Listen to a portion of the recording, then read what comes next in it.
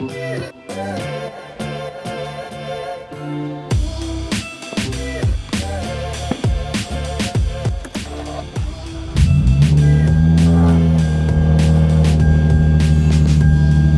about a good cold start just gives you that good feeling on the inside. What's going on, guys, and welcome back to another video. So before we even talk about anything content, car, suspension wise, we gotta get some food. I'm always hungry. I feel like every time I vlog, we're always getting some food and I'm always hungry. So I'm gonna get some dinner and then we'll kind of get into today's video. All right, so obviously I'm not gonna play anything, but if you guys haven't heard The Weeknd's new album, it's a vibe.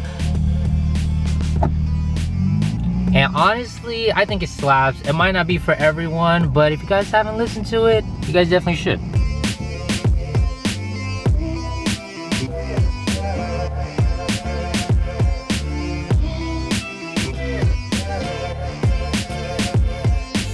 One of my New Year's resolutions is to consciously make more better nutrition decisions, choosing dinner or something like that. If it comes down to like a burger or let's say a poke bowl, based on the resolution, it'd be best to choose the poke bowl instead of the burger, even though sometimes the burger might taste better. So we're gonna try something different today. It's a spot called Onigiri. I think I'm saying that correctly, but it's like a Japanese type restaurant. I don't know how to explain it. It's better if I show you guys. So I'm gonna head in there, I'm gonna order food, but I'm gonna take it to go and then I'll show you guys and then we'll kind of get on with today's video. Let's get it. Bag secured. Bushish.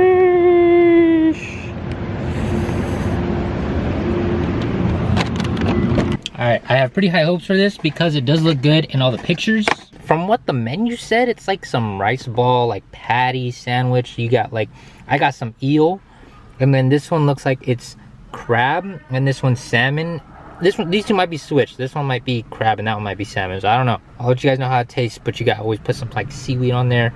And you got some condiments. You got some edamame, and then like I have no idea what that is, but we'll see how it tastes. All right, first one we're gonna try the eel. Everything was really good. My least favorite was the salmon. I like salmon outside of this. It's just this one just wasn't that good. So if you guys go to that place, I'm probably not gonna get the salmon again, but I'll probably get the eel and the crab. Fine. Anyway, now we'll get into the main reason why you guys probably clicked on today's video, and that is the best suspension setup you can have for your car. And we're specifically going to be talking about the IS. Let me get out of the car and then I'll kind of explain what I have and then we'll kind of get on to like why it's the best. First things first, let's just appreciate that lighting because sheesh. But on the car we do have an F Sport sway bar in the rear. I'm not sure how well you guys can tell, but it is blue underneath there. And then we also do have an F Sport chassis brace, which you guys can kind of see underneath the middle of the car. And that was the most recent addition to the suspension. I am lowered on teen coilovers, which I do plan to upgrade in the future. So you won't be running with that one. We'll kind of be running a more high quality suspension. And then in the front, we do have a Megan Racing strut bar. So we do have the Megan Racing strut bar right there. This was actually, I believe that one was the first suspension part I added on my car, and then I added the F Sport sway bar in the back. So just having that in the front, you really felt a big, you know, difference in the front of the car. It felt really strong and it felt really stiff. And then the rest of the car just kind of dragged along, so you didn't really feel anything from the back. But once you added the back, everything just kind of felt complete. And then the reason why I got the F Sport chassis brace was because I wanted to kind of feel everything like all together, just have that overall like stiff steering. So that's why I kind of got it. And then the suspension, the coilovers that I'm on right now, I've been running on it for 3 years, so it's not anything crazy. It's a good drop, but it's not anything, you know, performance wise, and it's not something that you will see a big difference in. I mainly just got it because I wanted to lower the car, and obviously that was one of the first mods I did to the car, so that's kind of why, you know, it is what it is. But now let's close her up and then we will finally drive it. Got a new banner. I kind of like that full look. Thank you, Happy Endings. I appreciate you. So some of you guys might be wondering, like, yo, are you about to take it to the track? Are you gonna be going like... Recording will now start. Are you gonna be taking those turns, you know, super crazy? No, I'm not. So the reason why I made the suspension the way it is because this car is not fast. So when you have something that's not fast, you kind of have to find other places where you can have fun with the car that doesn't involve crazy speed. And that kind of goes back into the point of like, you know, if you have an NSX, I'm sure some of you might be able to attest, some of you might not, but when you have, the car doesn't push crazy amounts of power. It doesn't push like 800, 900 horsepower where you can just take it around the track and just go super crazy with it. But what it does is it does have crazy good handling, which makes it fun. And that's what I wanted to make with this car. And one thing I do want to mention is that I also have some Figs Racing bushings up in the front. This was one of the newest additions to the car, and I actually love this part. Like, it's very underrated, and I think it's something that every single IS owner should do, whether you're stock or you're modded. This is something you have to do, because even on daily driving, you can definitely feel a difference in, you know, turning, and you won't really have to worry about anything feeling so brittle because it's not on the stock, you know, bushing. Let's go ahead. I'm gonna go to a destination and then I'll show you guys what I mean by like, it feels amazing to drive. All right, so I had to put on my glasses because I'm an old man at night and I can't see. But overall, this car takes bumps really, really well, surprisingly. You would think that upgrading your suspension, you would handle bumps pretty badly, but honestly, if I go over like a decent size, you know, uneven road, the car will surprisingly take it really well. Oh my goodness. Ow. I was not expecting that. I did not see that there. That was not there before. I think my settings, my dampening settings on my coilovers are fully stiff. So obviously it's gonna take turns really well, but when it comes to bumps and everything, I probably won't take it as well. And I don't know how well I can show it, but when I'm going on turns, I rarely have any body roll. If you're going on a bank, an overpass or something like that, and you're turning and you're going like this, I don't even have that at all. So I am gonna go on a turn right now. I don't know how well that's gonna show up on camera of me like not doing any body roll, but we'll see how it goes. Turn coming up, going about 25 on this turn.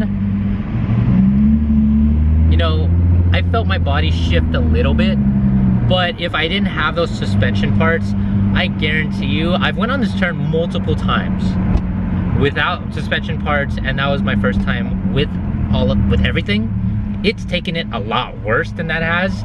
So that overall, I'm really impressed with. And I know some of you asked if the brace actually scrapes since I'm super low. It's only scraped a couple times. This little turn right here, going 25.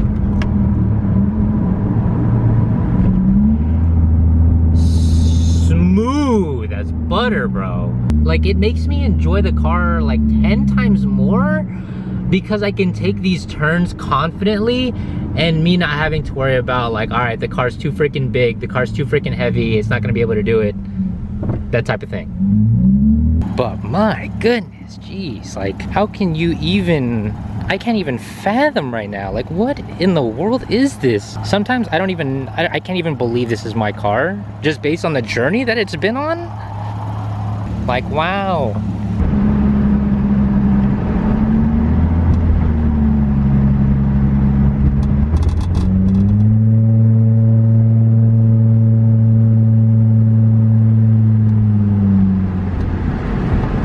So like on that pole right there, I barely even got to like 55. Like, the car, like I said, is not fast. But if you have an ISF, you even have an IS350, I guarantee you, you will absolutely love the car, especially if you're the type of person to take the car into canyons and just go up and down on swivelly turns. You will appreciate the car even more. But for you who have an IS and you are like, all right, you know, I've done all the cosmetics, I don't want to spend $4 on a supercharger and the tune will only give me 50 horsepower, what more can I do? Dial in your suspension and I guarantee you, you will find another gear in your car, no pun intended, that you absolutely will appreciate. So that's my recommendation. Good set of coilovers, Megan strut bar, F-Sport's rear sway bar, F-Sport chassis brace, and the Figs front bushings. Absolute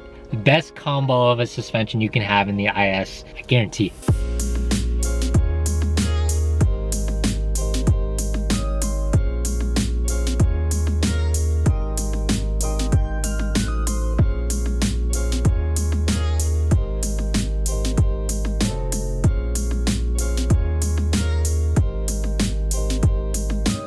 One of the things I want to do more is just go out and just like appreciate the scenery. Right there in the distance, that is the San Francisco airport, and you just got like ocean.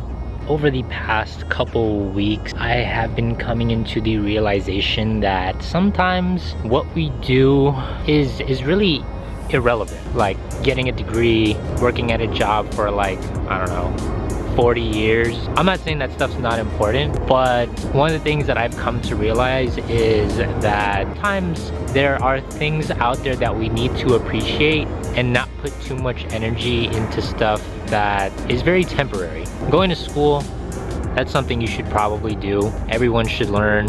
Having a job is super important because how else are you gonna pay bills? I'm not saying that you should not do those things or you should stop doing those things. I'm just saying that we should really find a deeper purpose in trying to figure out what it is that we are meant to do, if that makes any sense. Like if you're going to school to become an accountant and that is your number one goal on this earth, is to be an accountant, by all means go for it. But if you're going to school doing computer science, for an example, and you have no idea what you're going to do with that degree, take a step back and kind of evaluate that again to see if that's something that you actually want to do. Because life is too short to be doing something that you have no real enjoyment doing. If you enjoy fixing computer PCs, building PCs, and that is something that you enjoy doing, find a way to incorporate that into like your daily life. You will be much more happier. That's one thing that I figured out this past couple months, is that when you incorporate something that you actually love to do into your daily schedule, instead of trying to alter your daily schedule to fit around that, and just incorporate that into there. Moving forward, I'd rather be putting my energy towards something that I absolutely love doing instead of something that I am forced to do or something that I had just grown accustomed to doing. I am just gonna end it here on the water, but if you guys enjoyed today's video, definitely give this video a big thumbs up. If you aren't already, subscribe to the channel down below. I don't know if I should be saying this because I feel like I'll jinx myself every time I do, but hopefully a new car is coming to the channel very, very soon, and I really hope I didn't jinx myself by saying that. But until the next video, I'll see you guys in the next one.